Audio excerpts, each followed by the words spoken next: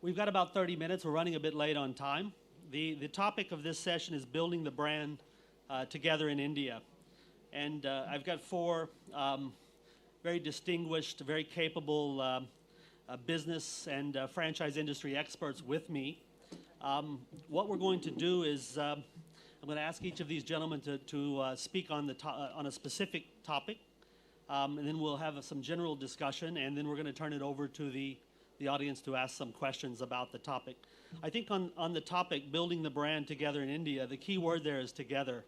And when I say together, franchising is like a relationship. It's like a journey in life. And a successful franchise business does last a lifetime. I mean, franchise contracts can be up to 20 to 30 years. As a father of 3 adult children, I can tell you start and grow a family in that span of time. It is a lifetime. And just as a family has a life cycle, a business has a life cycle. And I think for the purpose of this discussion, we're going to focus on what I would say are the initial stages of market entry, pre-market entry, building the brand foundation, and then doing what's necessary to build a strong foundation and get the brand started and up and running here in India. So I think the first question that I'll pose to our distinguished panel will go to Mr. Andre, and of Global Corporate Development, which operates here more than 100 Regis. I guess you would call it a business centers, Regis business centers. And the question is, how do you make a global brand strong in India, and what is the right marketing strategy to do so?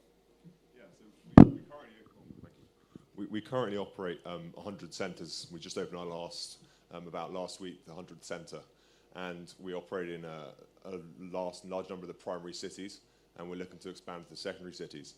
And we first opened in 2004, and we've grown pretty quickly to think that in just a short space of time, in the first 10 years we opened 42 centers, and now we've moved on to an additional 57 within the past 3 years. And the only reason we've been able to do that is because not only are we able to leverage the global network, but we're able to use that global marketing that we have, the relationship with all our international brands, and also all the kind of international corporate clients that we use, such as the Googles of this world, the Ubers of this world. And we're able to also build that global brand, but also transfer that into the Indian market. And I think a lot of the part with branding is it just takes time. And I think we can always, we were talking earlier about the kind of social media and how we can leverage that. But the reality is it takes time to understand, to build a culture and awareness of what is Regis. It's a novel product. It's, the serviced offices is up and coming. We talk about co-working quite regularly. Obviously, real estate is a very conventional business asset and investment. But it's taken a while for Regis to grow that brand and grow that brand equity to a stage where we're currently comfortable about Regis in these major cities. There's an awareness. We've had so many people come to our booth fully aware of the Regis product and what we offer, and excited about how they'll be able to help them in their business grow. And now we're looking at expanding into these secondary cities by leveraging that brand and hopefully getting a further wider network growth, but also expanding into that brand into some of the smaller cities, as we're doing the same sort of stuff in other parts of the world. I'll give an example. So we recently opened a franchise in Barbados. Now we're comparing the 1.2 billion people in India to the 180,000 in Barbados. And the way we were able to build that brand was by sponsorship of the Caribbean Cricket League. And I think that'd be a great opportunity to do the same here at some point as well. So that's how we're working here. Thank you, Andre. Just a question about your strategy. You say you have 100 business centers. You told me earlier when we were prepping that they're all company operated. Why franchising? Why now? So I think the real reason is that we've been able to develop a strong network so far, and that's pretty clear. We can't deny that. But the challenge we've got at the moment is that the opportunity is huge. Now we realistically think that in the next 5-8 years, we can have 1,000 business centers. Now, we've got a huge growth trajectory. We're looking at 10,000 centers globally by 2025, and that's a realistic target. This co-working buzz is not just a fad, it's a trend that's growing year on year. At the moment, it represents 1% of the real estate market globally, but reports are saying that's going to be 30% by the next 10 years. And that's really critical for us. And that's why we want to be able to franchise, to be able to leverage that local knowledge, leverage those real estate owners, there are plenty of them globally, and plenty across India, and not just in those primary cities, because that's, there's a lot of real estate options in primary cities, but we really want to be focusing on the secondary cities. The secondary cities where the local knowledge is critical, and understanding and the ownership of the buildings is really critical to understand, but also being able to leverage relationships and create a community around that business center. Because business is all about community and communication, and being able to generate sales through communicating with your local network and bringing customers into that center and creating that, fostering that network between clients. Thank you. The next question I'll pose to Mr. Sachin Pardhan. He's the operations director of Ice Cream Labs based out of the UAE. And the question for you, Sachin, is in terms of building a brand between the franchisor and the franchisee here in India, how would you measure marketing performance and the success of your marketing activities for your brand, Ice Cream Labs? Fantastic. As I just mentioned that we started our operations as a master franchisee of this Ice Cream Lab, which is Californian ice cream brand. And apparently 2 years down the line, we bought over the 50% shares, and so we are now the owners. So from a franchisee perspective, we turn to the franchisor. And today is the 21st century, so online presence has become the most important for any of the brand. Because when you're typically available online, your reach expands to the entire globe. And I get query from the countries like Chad, which I never heard about. It's the 5th largest African country. So that itself proves that how much the online presence helps you to reach the mass. For me, the website optimization and social media marketing and the press release contribution helps a lot in getting this presence to make the brand successful. Very good. And in terms of Ice Cream Labs' digital media strategy, how active are you on that platform, and how important do you think that will be when you bring your brand here to India to ensure your success? Yeah, at the moment we are using the typically favorite tools of a Middle East market, which are the Instagram and Facebooks. We also are available on on a highest search on Google, and we use various consultancy services, various technologies to ensure that we remain on the top and we remain reachable to the entire globe. Okay, very good. Thank you. Let me direct a similar question to you, to Mr. Benjamin Porter, the Director of Sales for Little Kickers. In terms of, I know that, Benjamin, you told me earlier that you've established some company-owned outlets here. You're building proof of concept and now looking to start expanding quite aggressively across India. Tell us, how do you measure the success of your marketing programs here and analyze those results and turn those results into action plans and strategies moving forward? Perfect, thank you. So yeah, just to give you guys a bit of background on what Little Kickers is, we are an edutainment type company. And edutainment might not mean a lot to you, and it doesn't in the India market right now, or that's what we're working on. So when it comes to marketing, our marketing strategy around that is we look at 2 different strategies. First, we want the numbers. We want to make sure we're getting the message of what is edutainment in India. So how we've done that is we're putting out as many advertisements, both digital marketing, social media, everything around that, and really following it through to how the lead comes in. So first off, it's the numbers. Now the second bit of that is once the numbers are there, we want to make sure we're following the quality of those numbers. So that's when it comes into finding the results via data science. We are really pushing the whole data science. So rather than having 100 leads come in through what is edutainment, we're now finding that 10 leads are coming in, but of that close rate, you're looking at 9 of 10 rather than 9 of 100. Great, and in terms of your reaction time, once you get this data or information, how quickly can you turn that data into actionable, performance-related activities to improve your results? It's a great question. So when it comes to actually getting the response, it can range. Obviously, you have to reach out as quickly as possible. That does matter, and that's type of the data science. So you can compare if we reached out to a lead within an hour or if we reached out to a lead in 2 days. That does make all the difference. When it comes to the members, it's also what type of landing pages are they on? How is that lead coming in? If it's online versus over the phone, what type of avenue are you using to actually contact that lead? It definitely all makes sense, and again, that's through the data science that we're providing will give us the results of what's more beneficial over the other. Great, thank you. I'll now pose a question to Mr. Samir Chopra. He's the chairman and founder of SciBiz Corp, and among other things, he's the developer of Carl's Jr. here in India and also of Remax, 2 very successful businesses. I understand you have 5 Carl's Jr.'s in the NCR region, and more than 100 Remax franchisees across India, if I got that correctly.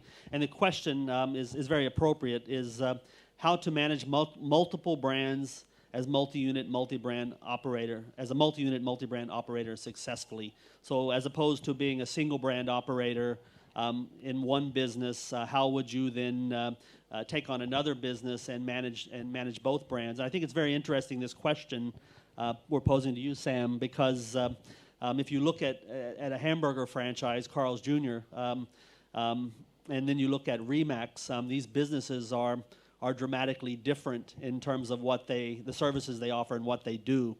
So I'd be very curious to know how you manage this, and also maybe you can talk about. I just said they're very different. That's very obvious. But what similarities in terms of your organizational capabilities and expertise are relevant to both businesses? Sure, Troy. Thank you. Just to give you a little background, we brought Remax into India in 2009.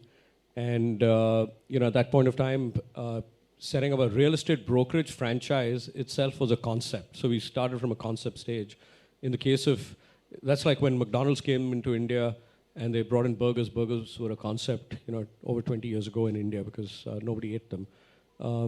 So bringing in a concept is very different because you've actually not only got to sell the product, you've got to sell the industry, you've got to sell the idea.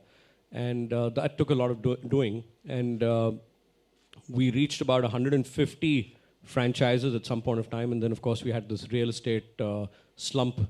And we lost a lot of franchises. And we didn't lose them to competition. We lost them to different industries. People actually quit and moved on to different avenues. But then over the last year, suddenly, everybody's wanted to come back into the real estate franchising business, because what's happened is quality has superseded the anxiety that people had, and people are wanting to get into the real estate business because it's no longer something which every person who wants low-hanging fruits does, but it's a highly professional, skilled business that has come up.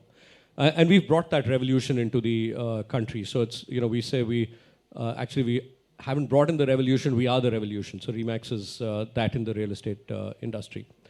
My family's been in food business for a very long time. Very long means about 80 years. So that's a very long time. My grandfather started it, and the whole family's been in it. So it was but natural that we'd move into food, and that's when we brought in Carl's Jr. Carl's Jr. is, has global rankings, probably the 3rd or the 4th largest burger chain in the world. Top QSR across the United States. So, when you come into it, so there was diversity, but I had been in diverse businesses from the beginning. I'm a chartered accountant, a CPA, and I went into setting up an outsourcing business, first domestic, then international, a BPO, call center, all of that. And then moved into, of course, the Remax business, and then finally back into food. So it's been a complete circle, starting from food, which was family business. Now, in terms of diversity and how do you run it, there's this lovely statement that Warren Buffett has said. I think it's Warren Buffett, and I've taken it to heart and used it. He said that successful businessmen don't build businesses; they build people, and those people build the businesses. So essentially, therefore, what do I really need to do? I need to get somebody who's really good, passionate about a particular industry, and put him at the right place. So, right person at the right place at the right time. And before that, I've obviously got to identify an industry, be equally passionate about it. And once you've done that, then there's somebody else that's driving the business. So it could be a family member, it could be your siblings, your brother, sister, daughter, son, whoever, or it could be just somebody professionally who you recognize and respect and want to bring him on board.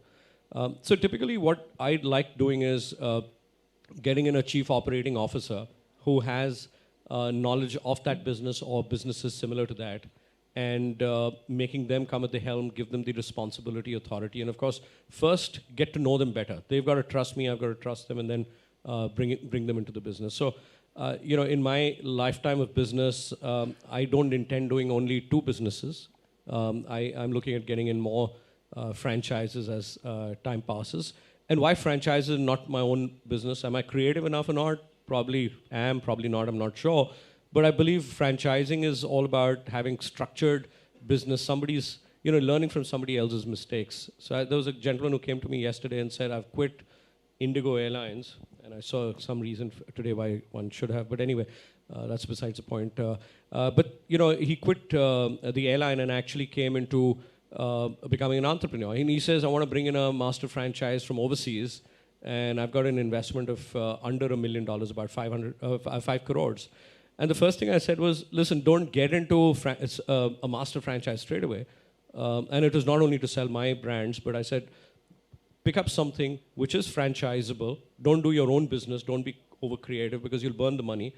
Get into a unit franchise, and thereafter, once you've done 1 or 2 unit franchises, then go into the master. And and go ahead, sure, go overseas, pick up something big. You want to compete with the rest of the big boys here, do that, and run the business. So, in terms of businesses, as long as your head is clear, you can do multiple businesses. And to Troy's sub point to his question, what are the similarities also? So there is a lot of synergy in all businesses. For example, if you're doing business development, which means looking for new sites, locations, project management, setting up the project.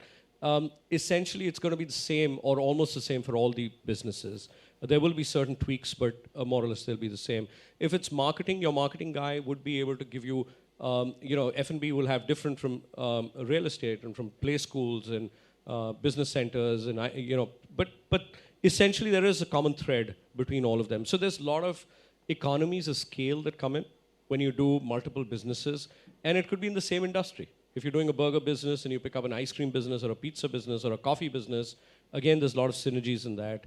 The operating team, the training team probably might be the only different part. So the COO and his team below might be specific to each industry or to each intra-industry. However, the rest of it, whether it's finance, accounts, whether it is even product development for that matter, if you're in F&B, it's going to be similar. You're building a specific type of coffee. You can also build an ice cream because and you can do a burger and a pizza and a Subway sandwich, etc. Does that answer your question, Troy?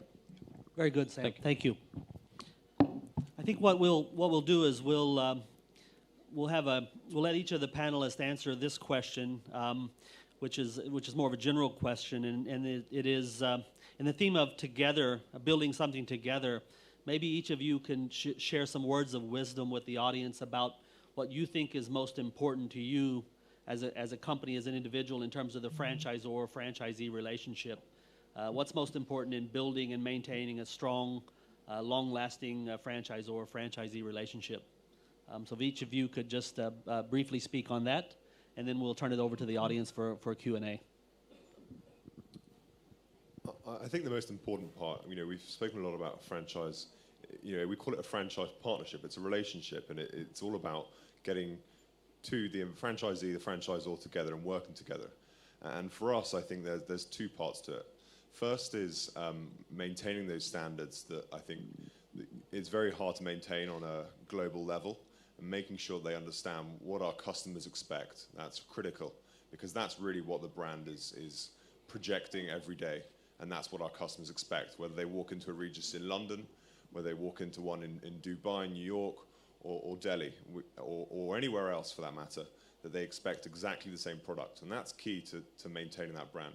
But the second piece is ambition. I think what we want from our franchisees is someone who's ambitious, wants to prove that they can support a Regis brand, they can run a business center, they can own that center as if it's their complete business, and they're proud of it, and they want to grow it as much as they like, and hopefully expand further into multiple further units. And for us, the aim is to build success with that franchisee.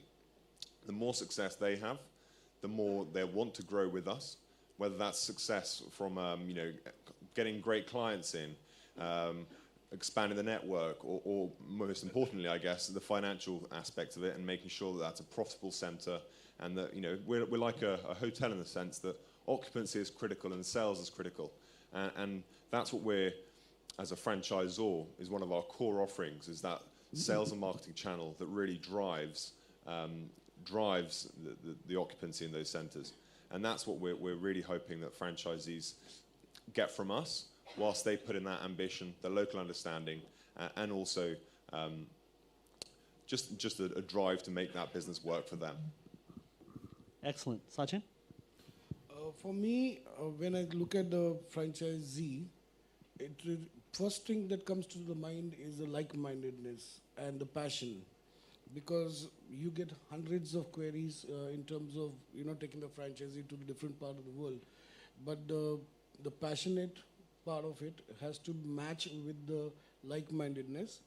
The second part is that since I came from industry such as Starbucks, and I worked for Starbucks, Tim Hortons, and Cold Stone, it is very important for me that while you keep the standardization across the globe, today the market is changed. So some customization has to happen, and certain products has to be introduced which are based on the localness of that particular brand. For example, when I opened my first store in Dhuk in Iraq, and of course we had ice cream which are worldwide available, but we had to create something as a baklava ice cream, which is especially a trend of Iraq.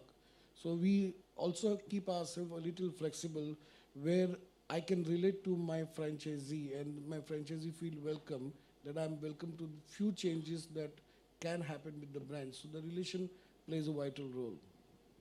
Excellent. Yeah, I'd like to echo that in regards to, it is very important that we're finding franchisees with like-mindedness. We have something called our core values at Little Kickers, which is a couple different things, such as people over profit. We were trying to find the people that really are passionate about building a business, but at the end of the day are able to put family first. This company originated from Chris Kelly, who actually started the company in 2002. She was coming from JP Morgan as an investment banker.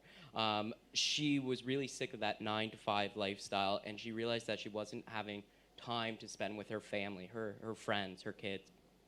So once again, she developed this business on that mentality that she wants to put family first. Now, that has brought us to today. So 15 years later, we're now 300 locations, which will be about 30 countries at the end of this year, with about 50,000 kids enrolled in our classes every single week. So we're really trying to find the franchisees that follow that like-mindedness. On top of that, it's communication. And we start that during what we'll call the onboarding process, when a lead comes to us. Of those 300 franchisees, they're all able to communicate with each other on a daily basis. So someone in Malaysia is able to call one of our Canadian franchisees. Someone in the UK can communicate with our Australian franchisees. And what that is the togetherness.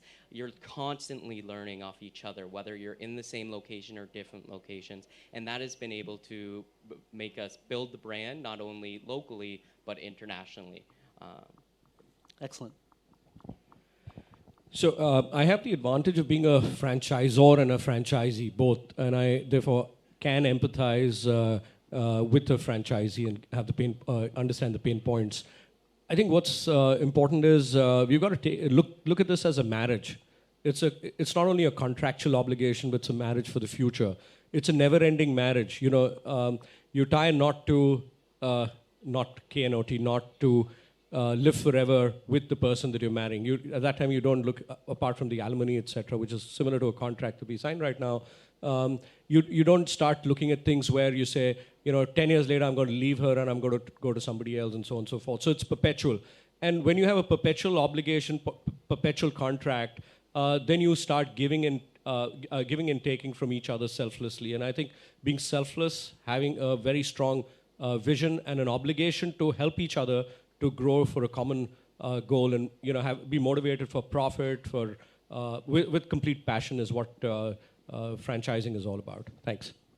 Very good. So those were four very different answers, but all very relevant to the question that was addressed. And I think we've had some great feedback from these four distinguished panelists. We've got a few more minutes. I'd like to turn it over to the audience to ask 3 or 4 questions from our panelists. Yes, sir. Good morning, everybody. My name is Kiran, and my question is specifically for Sachin and Samir from the franchisee perspective, because this is going to be my first foray into this business. So I do not know a lot of tidbits or the the pain points, for example, or something for a first timer that I should actually be aware of. That you can probably suggest me on that, please. Thank you. So I think the first thing is when you sign up as a franchisee, so there are 2 options. One is do it on your own, and then you do whatever you want to. But if you want to be a franchisee, then follow the contract by spirit. You've got to live the contract. You've got to live the dreams of the franchisor. And you may want to change things, break rules. Never do that. You can go back and contest, argue it out if you want to with your franchisor and say, this doesn't look appropriate in my home city or my country. And I want to change the food, the menu, or I want to change the way things are done. That's okay. But do it only with his agreement. A breach of contract is not only because it's a contractual obligation, but you're going to ruin your business also. That's my most important tip. I echo the opinion of Mr. Samir, but at the same time, this particular topic is pretty deep topic. So if we can meet after this particular forum, I will be able to talk to you in details. Great. Any more questions?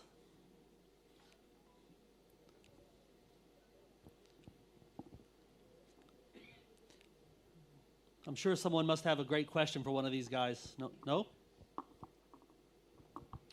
Hello. Yes? Hello. So my question is to Samir sir. Sir, as you said that there was a hard time for you when your franchise was closed down in many cities. Like I have heard in the 2-3 cities that your franchise was closed out. So what was your journey to rebuild your brand in those cities or the other cities? What was the impact of that closed down franchises on the other new franchise? I think the most important thing is to maintain your belief in the brand and in the opportunity. And the second is to continue to rekindle or kindle the spirit and motivation amongst the believers, the ones that continue with you. So you can have a dip in your business. And if the dip is not because of bad management or because of a financial shortage or because of complete change in government policies, then you go ahead and do whatever you have to. What really happened in our country was, as you know, that the real estate slump happened. And from 2 million brokers, we went down to about 1.3 million brokers in almost an 18-month period. So that obviously had an impact onto a lot of people. As long as you stay focused on doing what you're doing, don't keep improvising and changing things for the short run. If you want to do, like in the food business, what you do is when you bring in a new product, you bring in something called an LTO, a limited time offer. So you bring a limited time offer if it's accepted by the palate and by the people, then it is introduced permanently on the menu. So the same way, you do some tweaks, but at the end of the day, your long-term focus and goal has to be on the same principles that you started your business. And if you try new things, do them short-term. If they work out, take them on perpetually. If not, you got to take them out. So don't put it in the mainstream. Do it as tests, and that's what we did, and that's how we survived. Very good. I think we're out of time, and so we're gonna end this session. I will say that all four of these gentlemen are here at the Franchise India Expo. They have, I believe, you all have booths at the expo, so I'm sure they'd love to talk to you more. You know that the real estate slump happened, and from 2 million brokers, we went down to about 1.3 million brokers in almost an 18-month period. So that obviously had an impact onto a lot of people. As long as you stay focused on doing what you're doing, don't keep improvising and changing things for the short run. If you want to do, like in the food business, what you do is when you bring in a new product, you bring in something called an LTO, a limited time offer. So you bring a limited time offer if it's accepted by the palate and by the people, then it is introduced permanently on the menu. So the same way, you do some tweaks, but at the end of the day, your long-term focus and goal has to be on the same principles that you started your business. And if you try new things, do them short-term. If they work out, take them on perpetually. If not, you got to take them out. So don't put it in the mainstream. Do it as tests, and that's what we did, and that's how we survived. Very good. I think we're out of time, and so we're gonna end this session. I will say that all four of these gentlemen are here at the Franchise India Expo. They have, I believe, you all have booths at the expo, so I'm sure they'd love to talk to you more. You know that the real estate slump happened, and from 2 million brokers, we went down to about 1.3 million brokers in almost an 18-month period. So that obviously had an impact onto a lot of people.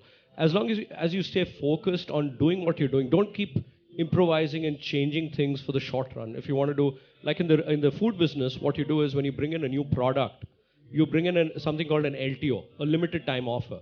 So you bring a limited time offer if it's accepted by the palate and by the people, then it is introduced permanently on the menu. So the same way, you do some tweaks, but at the end of the day, your long-term focus and goal has to be on the same principles that you started your business.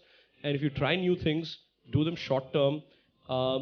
If they work out, take them on perpetually. If not, you got to take them out. So don't put it in the mainstream. Do it as tests, and that's what we did, and that's how we survived. Very good. I think we're out of time, and so we're gonna end this session.